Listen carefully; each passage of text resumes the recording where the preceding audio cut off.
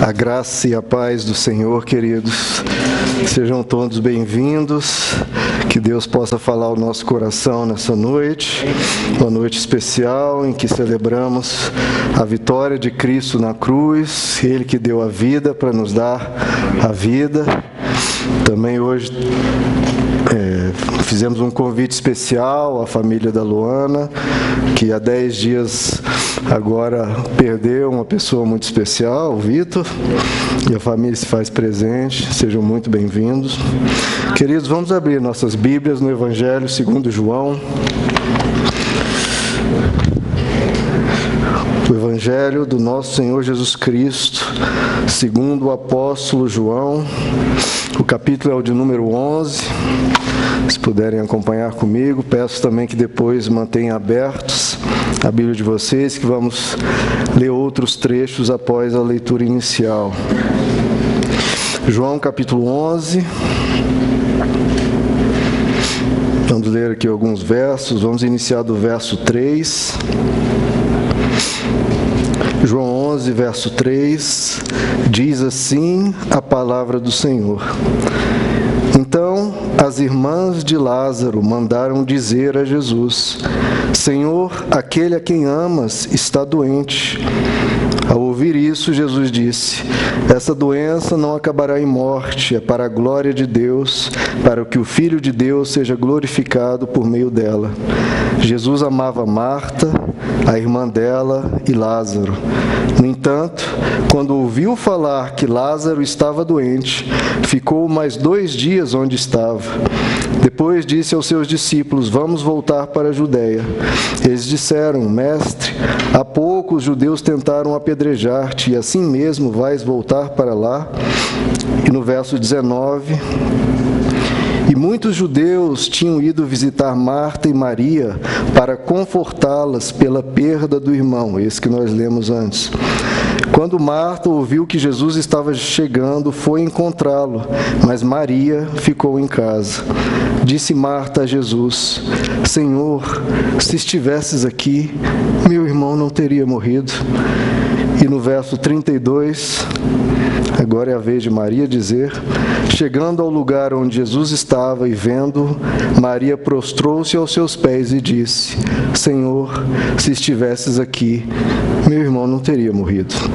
Até aqui, queridos, vamos orar. Senhor nosso Deus, nos colocamos ante a Tua presença, para que o Senhor fale conosco do Teu alto céu, direto ao nosso coração, que precisa da Tua palavra, especialmente em momentos de dor, de perda. Pedimos que o Senhor fale, Pai, pelo Teu Espírito, consolando, confortando e trazendo a força celestial que nós precisamos. Te pedimos em nome de Jesus. Amém. Podem se assentar, queridos. Deixem em aberto que nós vamos ler outros trechos. Queridos, isso é algo que eu passei em 2018, a família da Luana está passando, e é algo que todos nós vamos passar, que é a experiência de luto. Nós sabemos, desde que viemos à Terra, desde que nascemos, desde que temos um pouco de consciência, já sabemos. Vamos perder parentes, vamos perder pessoas próximas, vamos perder amigos. Então, isso é algo que não é exclusividade de ninguém. Todos passaremos pela experiência de luto, todos sem exceção. E são dias duros, dias muito difíceis, aos momentos de tristeza, aos momentos de cansaço, aos momentos de desespero, de angústia, aos altos e baixos. Um dia você acorda melhor, o outro dia não. Tudo isso faz parte dessa experiência. O período de luto é um tempo de luta, é um tempo em que a pessoa vai precisar muito de Deus e vai precisar muito do tempo. Agora, lidar de forma sadia com essa experiência do luto é uma das principais mensagens do Evangelho. E se nós precisamos de todos os instrumentos do Evangelho, usar esses instrumentos ao longo da vida, quanto mais em uma experiência como essa, tanto mais em um momento tão delicado. A primeira coisa que nós lemos é que Jesus ficou sabendo que Lázaro estava doente. Mandaram avisar, porque a situação era gravíssima. A situação era extremamente preocupante, não era uma mera doença. Se mandaram avisar Jesus onde ele estava fora, estava longe, e mandaram avisar Jesus: olha, aquele a quem amas está muito doente. Só que Jesus ficou mais 2 dias onde ele estava, que é um local distante, ficou mais 2 dias, apesar de saber da gravidade da doença, e quando ele retornou e chegou ao local onde estava o seu amigo, já era o 4º dia do luto, 4º dia do sepultamento. Então veja, Jesus se deteve, ficou lá vários dias e só chegou depois. E essa é uma coisa, queridos, que às vezes ocorre conosco. Nós nos culpamos, muitas vezes, pelo que nós poderíamos fazer, pelo que nós deveríamos ter feito. Por que eu não estava lá? Tanto é que cobraram de Jesus. E nós nos cobramos. Por que eu não estava lá? Eu deveria ter vindo mais cedo. Que a gente se culpa. Há 10 anos atrás, eu tinha acabado de conhecer a Luana. Nós tivemos uma experiência semelhante. A minha avó Fátima estava cuidando da minha bisavó. Ela já estava muito idosa, minha bisavó, e doente, né? Com muita dor na coluna. Então ela tinha muita dificuldade em se levantar. Ela ficava deitada o tempo inteiro, e minha avó toda hora falava: vem escovar os dentes, vem tomar banho. E minha bisavó sempre enrolando, sempre dando trabalho, porque levantar para ela era muito custoso. Ela tinha muita dor na coluna. E minha avó, nessa luta, minha avó idosa, cuidando da mais idosa ainda, e às vezes ela não tinha paciência, às vezes ela estava esgotada. E um certo período que a minha avó estava muito cansada, ela pediu para uma das irmãs cuidar um período da minha bisavó. A minha bisavó foi ficar na casa de uma das irmãs dela, da minha avó, e 2 dias depois minha bisavó faleceu. E minha avó se culpou terrivelmente, né? Porque cuidou tanto da minha avó, da minha bisavó, que na hora de partir não estava com ela, porque não teve paciência. E a gente se culpa, queridos. Mas a gente faz tudo o que pode com os instrumentos que a gente tem. Nós temos que saber que nós nos esgotamos, nós cansamos, nós procuramos fazer o melhor. Mas às vezes a gente se cobra: eu poderia ter feito mais, eu poderia fazer isso, eu poderia. Mas isso faz parte da nossa constituição humana. Nós somos falhos. A Bíblia diz: todos pecaram, todos igualmente. Então, se nós formos procurar problemas, procurar falhas nossas, nós vamos encontrar 1000. Não se cobrem tanto. Nós somos humanos. Nós precisamos, sim, aprender com a vida, mas não se culpar demais. E veja, queridos, muita coisa são circunstâncias da vida. Jesus estava resolvendo outras questões, outros assuntos onde ele estava. E muitas vezes nós estamos, ocupados no nosso trabalho, nos nossos afazeres, lutando na vida. E às vezes a gente se culpa: poxa, por quê? Mas a gente está trabalhando, a gente está lutando, e nós não sabemos. Nós não sabemos o que vai acontecer. Não sabemos o que vai acontecer daqui a meia hora, não sabemos o que vai acontecer amanhã, nós não sabemos. Então, por isso que a gente não pode se cobrar tanto. E sabe por que você não deve se cobrar tanto? Até Jesus aqui, quando ele resolve voltar, os discípulos dizem: mestre, você vai voltar para aquele lugar. Mas naquele lugar eles estavam te ameaçando de morte, estavam ameaçando te apedrejar.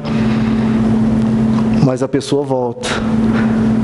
Se a gente soubesse o que poderia fazer para melhorar, para dar mais, para cuidar melhor, a gente faria. O problema é que nós não sabemos. E a gente tem que entender, compreender e ter compaixão da nossa ignorância. E Deus leva em conta isso, de que se nós soubéssemos o que poderíamos, o que deveríamos ter feito para ser melhor, nós faríamos. E principalmente, queridos, não se cobrar tanto porque a gente amava a pessoa. Nós amávamos. Em 3 versos aqui nesse texto diz que Jesus amava Lázaro. Aquele a quem amas está doente. Jesus amava Marta, Maria e Lázaro. Em outro trecho mais abaixo vai dizer o povo comentando: vejam como ele o amava. E nos céus, durante esse período, os anjos devem estar olhando para vários de nós e dizendo: vejam como ele ou como ela o amava. Os anjos estão contemplando isso, estão contemplando a tua dor, estão contemplando suas lágrimas, e Deus principalmente. E o comentário nos céus é: vejam como eles o amavam. Vejam como eles os amavam. O que a gente pode fazer e devemos é nos examinar. Não nos cobrar, mas nos examinar. Nessa disposição de crescer, de melhorar e prosseguir. Há um trecho nas Escrituras que diz: há mais sabedoria na casa de luto do que na casa de festas. Há mais sabedoria na casa de luto do que na casa de festas. Porque é nesse momento que a gente se quebranta, é nesse momento que a gente para refletir, em que a gente analisa o que a gente está dando valor na vida. Como eu estou lidando com a minha vida? Será que eu tenho investido o meu tempo naquilo que merece tanto do meu tempo ou não? É nesse momento que a sabedoria vem, que a gente acorda para muita coisa e que a gente aproveite cada vida que se vai para melhorar a vida dos que ficam. Que a gente aproveite esse período para melhorar, para crescer e para colocar mais amor pela vida. Porque quando um parte, a gente vê quanto a pessoa era importante, quanto o ser humano vale. E com isso a gente pode dar mais valor aos que ficaram. A gente pode, vendo o amor que nós temos pelo que partiu, dar mais valor aos que ficaram. Que a gente aproveite isso. E eu comentei no sepultamento do Vitor, e é algo importantíssimo, eu sei disso, porque eu passei pela experiência do luto, essa experiência da dor. E uma coisa que é importantíssimo é perdoar. É importantíssimo nós perdoarmos. Perdoar o quê? Perdoar tudo. Perdoar os dias anteriores ao ocorrido, perdoar o dia do acontecimento, perdoar os dias futuros, perdoar as pessoas, perdoar a nós mesmos, perdoar tudo. É perdoando que vem a cura. É não guardando nada que possa corroer o nosso ser. Perdão é cura, queridos. Perdão é cura. Então perdoe tudo. O luto é mais fácil de ser tratado se a gente perdoar, porque o perdão restaura. Perdoe tudo. E no Evangelho, a gente percebe também, nós lemos, aí no verso 20, eu pedi até para vocês manterem abertos, olha no verso 20 que interessante. Quando Marta ouviu que Jesus estava chegando, foi encontrá-lo, mas Maria ficou em casa. Essa experiência do luto, queridos, é uma experiência em que as pessoas podem reagir de diferentes formas. Marta, ao saber que Jesus estava vindo, ela correu até ele. Maria ficou em casa. Então, cada um reage de um jeito. Alguns preferem se isolar, ficar no seu canto, quietinhos. Outros preferem buscar companhia. Alguns preferem deixar a mente sem qualquer perturbação, procuram deixar a mente quietinha. Outros preferem voltar a trabalhar o quanto antes para ocupar a mente. Uns choram bastante, outros nem mesmo conseguem chorar. Qual é o certo disso tudo? Todos. Cada um é diferente, cada um aborda de uma forma diferente, cada um tem o seu tempo, cada um tem o seu modo. O que a gente tem que fazer é entender e deixar que cada um se recupere devagar, no seu tempo e como pode. Só não pode se isolar tempo demais, aí é um cuidado que temos que ter. Não se pode isolar por tempo demais, porque a gente tem que permitir que as forças se recuperem. Maria, nós lemos aqui que preferiu ficar em casa. Só que momentos depois ela resolve ir até Jesus. Então a gente tem o nosso tempo de ficar quietinhos, mas também não podemos nos isolar demais. Quando eu perdi meu pai, interessante, quando eu fiquei sabendo, a primeira frase que veio à minha mente quando eu perdi meu pai é: como eu vou voltar a sorrir? Foi a primeira frase que veio quando eu fiquei sabendo como eu vou sorrir novamente. Porque parece que é até uma falta de respeito você sorrir novamente, tendo perdido alguém tão próximo. Só que não, queridos, a vida precisa prosseguir. Nem meu pai, nem o Vitor, nem ninguém que parte querem que a felicidade pare. Muito pelo contrário.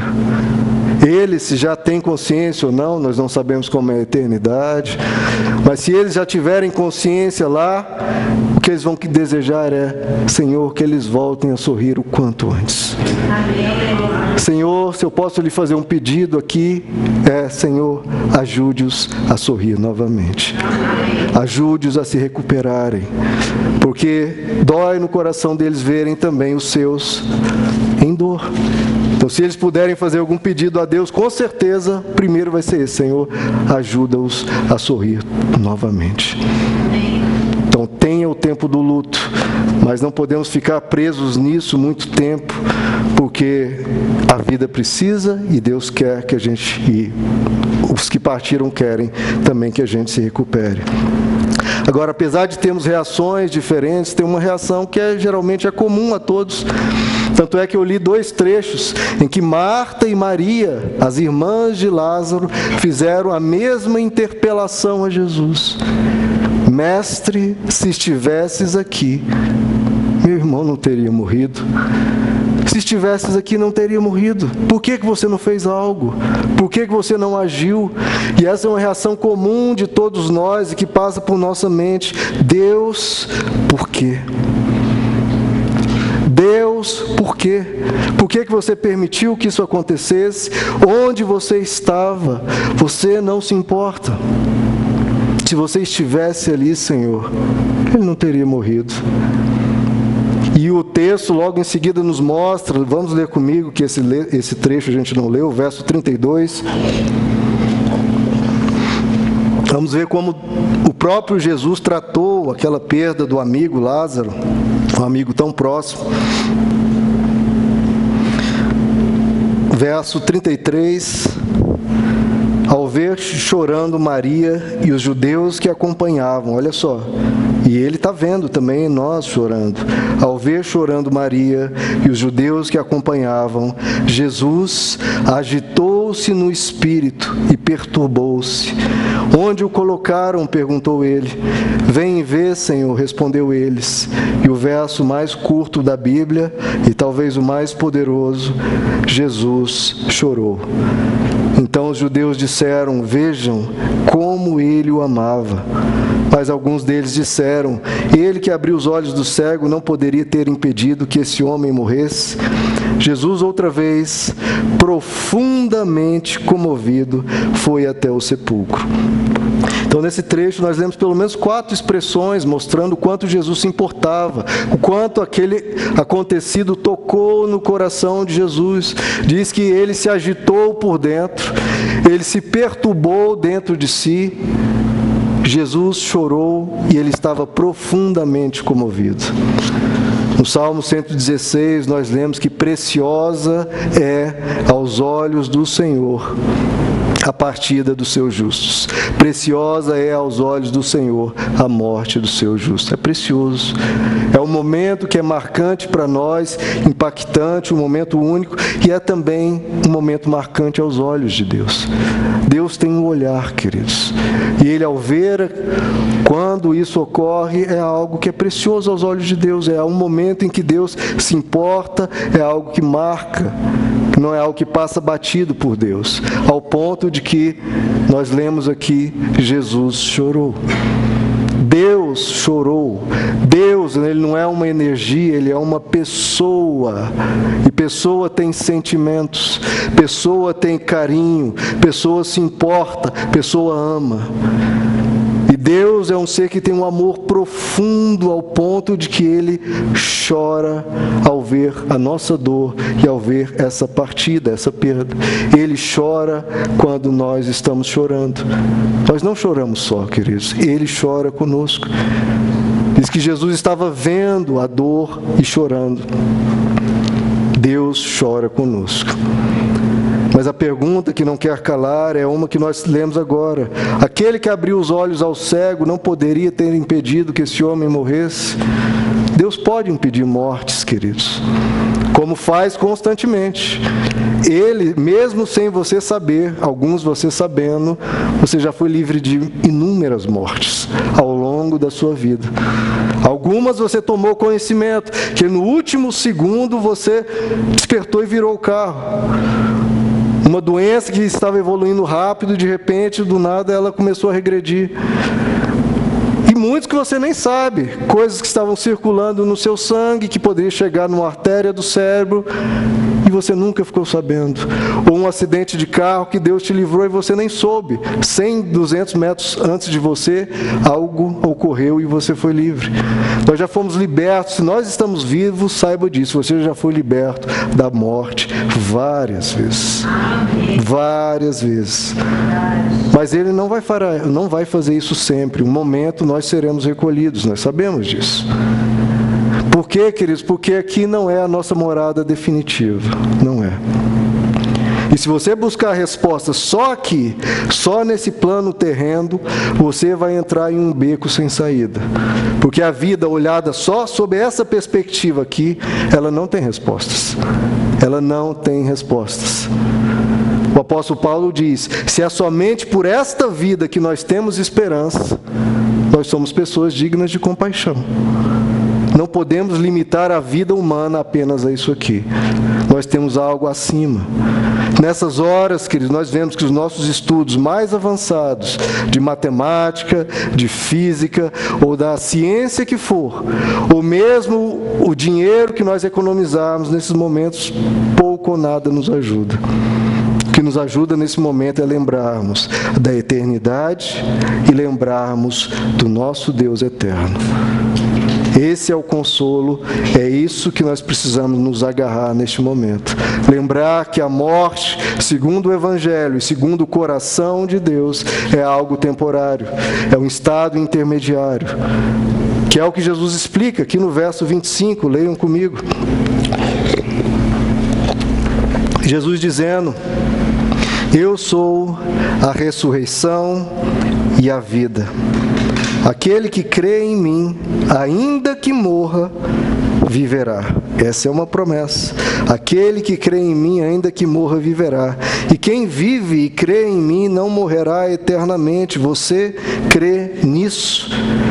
A pergunta que Jesus fez a Marta e faz a nós, você crê nisso?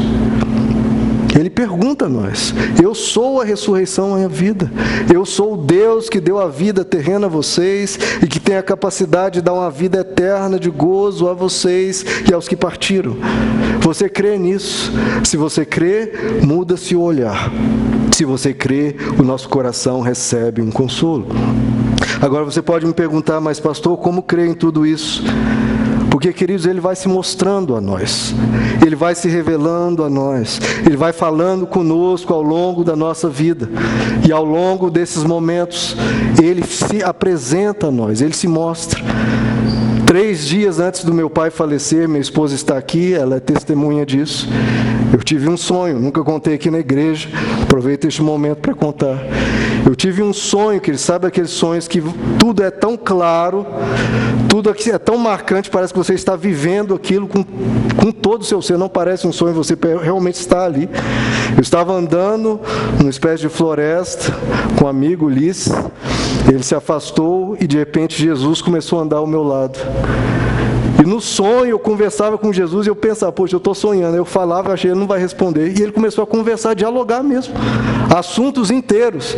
Pena que depois a gente não lembra, né? Mas ele foi conversando. E, queridos, eu estava tão cheio assim de uma... É uma coisa inexplicável você estar na presença dele. O gozo que dá, a paz maravilhosa que dá. Aí teve um momento que eu não me aguentava mais, assim, de quanto aquela presença dele parece que te tomava nos braços, aquele calor, aquele amor que você sentia.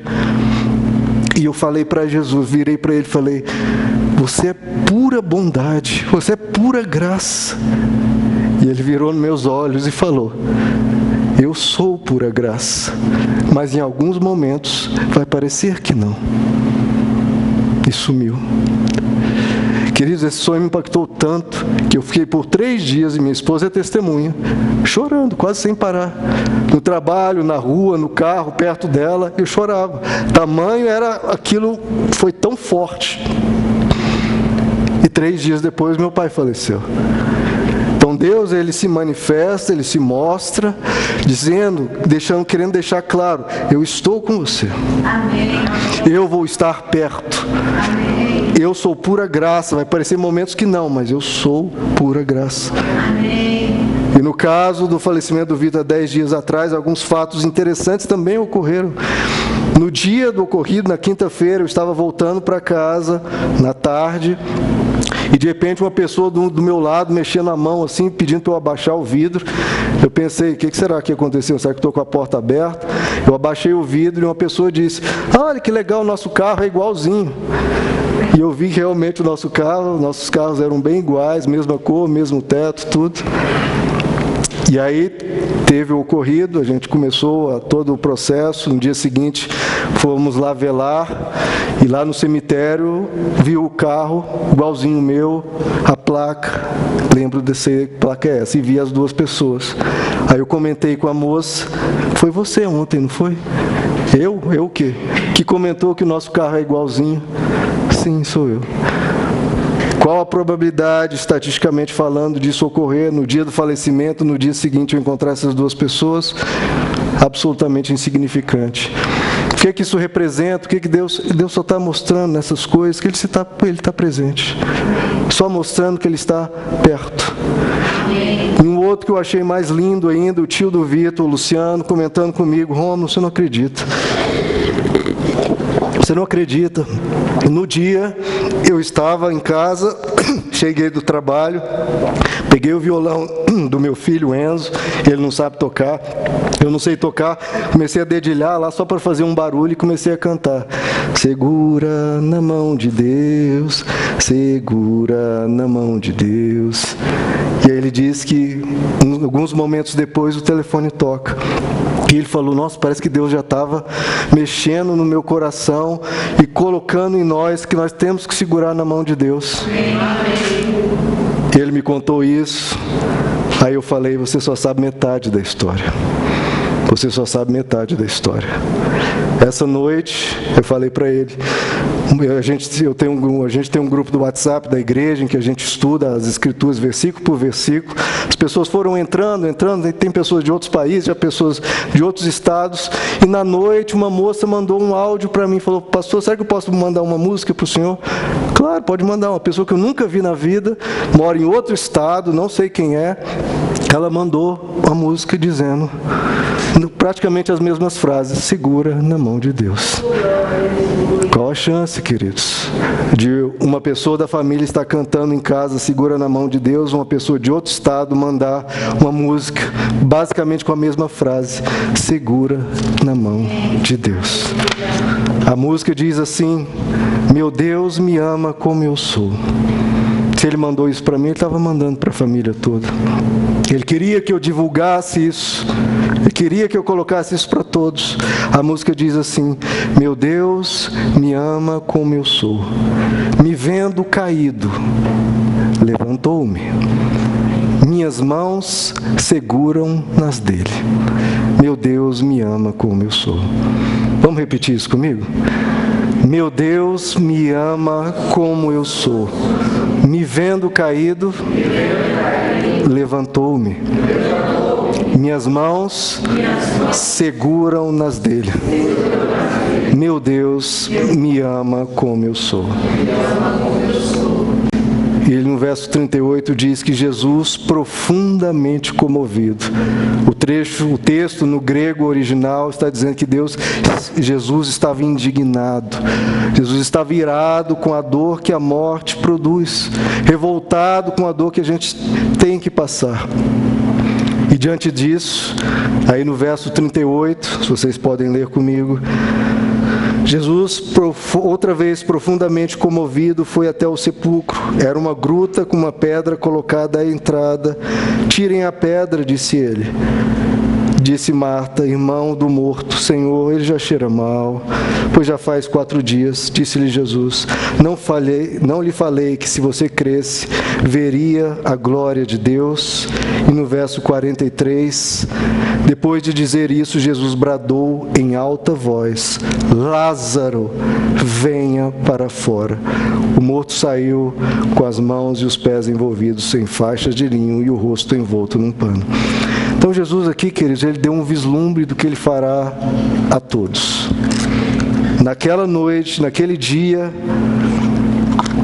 ele vai bradar em alta voz, como ele mesmo diz, e aqueles que estiverem nos túmulos ouvirão a sua voz e ressuscitarão para a vida. Ele deu esse vislumbre a nós, na vida de Lázaro e na sua própria vida, de que haverá um dia em que ele dará um brado e os mortos em Cristo levantarão-se para a vida eterna. Então o Evangelho traz a nós esse conforto, esse consolo, essa esperança, esse descanso, que nós choramos pela saudade e pela falta, mas que nós nos encontraremos novamente. Eu enviei uma música para minha mãe, né, quando perdemos meu pai, mais uma vez uma música, né, mas que eu achei muito bonita e ela gostou muito. Uma música que diz assim: o sol nasce novamente, né? Cada dia o sol nasce. Uma luz que brilha na escuridão. Preciso entender o sentido de tudo. Estou buscando a luz infinita. Caminho sem rumo, em busca de algo para curar minhas feridas. Prosseguir buscando uma cura é o que eu preciso fazer. Sinto que algo me mantém vivo. Estar vivo é a prova que há uma saída. O caminho da luz é simples, tão simples que não parece ser o caminho, mas é. Iluminado, descubro que a minha cura está nele. Pelas suas feridas eu sou sarado. O sol nasce novamente, uma luz que brilha na escuridão. Preciso entender o sentido de tudo. Estou buscando a luz infinita. É a Ele que temos que buscar, queridos, nesse momento. Jesus se importa. Ele se importa. Tanto é que vocês forem ler no verso 53, diz que depois que Jesus ressuscitou a Lázaro, tomaram uma decisão. Daquele dia em diante, resolveram tirar-lhe a vida. Jesus sabia disso, que se ressuscitasse Lázaro, ele iria para a cruz. E ele ressuscitou Lázaro. E então decidiram matá-lo. Até Deus, queridos, se submeteu a passar pela morte. Até Ele. Ele não nos deixou sós nessa. Porque para Ele era fácil. Não, vocês morrem aí. Eu não. Mas Jesus não nos deixou sós nisso. Até a isso Ele submeteu, mostrando que se importava. Ele morreu a nossa morte para que derrotasse o poder da morte. E a resposta de Deus, queridos, para todas as nossas angústias, para todas essas lutas que nós passamos, é aquela que está no verso 23, que é uma frase exata para o Mateus, irmão do Vitor. No verso 23, Jesus disse-lhe Jesus: o seu irmão vai ressuscitar. O seu irmão vai ressuscitar. Primo da minha esposa vai ressuscitar, o filho da Val vai ressuscitar. Comentei algumas coincidências, né?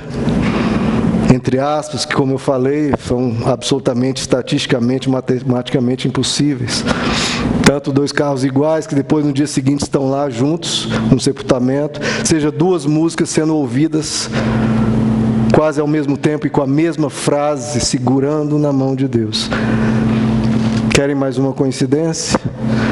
Hoje, em que nós fazemos esse culto especial, em louvor a Deus e também para conforto da família do Vitor, também hoje é o aniversário do meu pai. Hoje, 1º de março, ele faria mais um ano de vida, mas partiu. E, como a palavra de Deus diz, Ele nos consola para que nós possamos consolar a outros. Estou eu aqui no aniversário do meu pai, dando meu coração e dizendo a vocês: se apeguem a Cristo. Busquem a luz infinita. Segurem na mão de Deus.